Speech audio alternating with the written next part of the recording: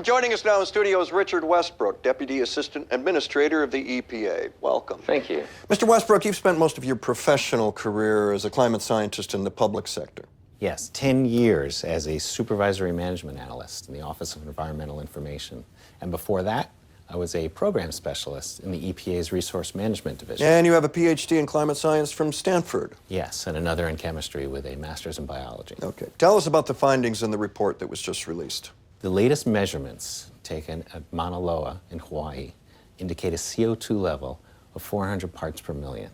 Just so we know what we're talking about, if you were a doctor and we were the patient, what's your prognosis? 1,000 years, 2,000 years? A person has already been born who will die due to catastrophic failure of the planet. What did he just say? Okay, can you expand on that? Sure.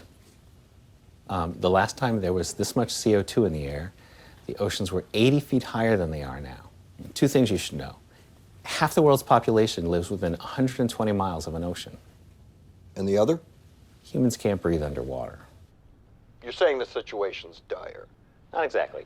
Your house is burning to the ground, the situation's dire. Your house has already burned to the ground. Situation's over. So what can we do to reverse this? Well, there's a lot we could do. Good. If it were 20 years ago or even 10 years ago, but now, no. Can you make an analogy that might help us understand? Sure. It's as if you're sitting in your car, in your garage, with the engine running and the door closed, and you've slipped into unconsciousness, and that's it. What if someone comes and opens the door? You're already dead. What if the person got there in time? You'd be saved. Okay. So now what's the CO2 equivalent of the getting there on time?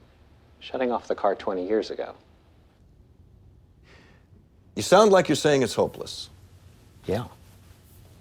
Is that the administration's position or yours? There isn't a position on this any more than there's a position on the temperature at which water boils. The administration, your administration. And don't forget, I need you to supports wind and stretch solar, 40. clean coal, nuclear power, raising fuel economy standards, and building a more efficient electrical grid. Yes. And? That would have been great. Let's see if we can't find a better spin. People are starting their weekends.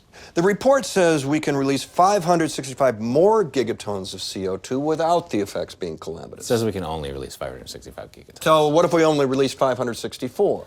Well, then we would have a reasonable shot at some form of dystopian post-apocalyptic life. But the carbon dioxide in the oil that we've already leased is 2,795 gigatons. So what would all this look like? well, mass migrations, food and water shortages, spread of deadly disease, endless wildfires, way too many to keep under control. Storms that have the power to level cities, blacken out the sky, and create permanent darkness. Are you going to get in trouble for saying this publicly? Who cares? Mr. Westbrook, we want to inform people, but we don't want to alarm them. Can you give us a reason to be optimistic? Well, that's the thing, Will. Americans are optimistic by nature. And if we face this problem head on, if we listen to our best scientists and act decisively and passionately, I still don't see any way we can survive. Okay. Richard Westbrook, Deputy Assistant Administrator of the EPA. Thank you for joining us. Thanks for having me. This is Newsnight. We'll be back right after this.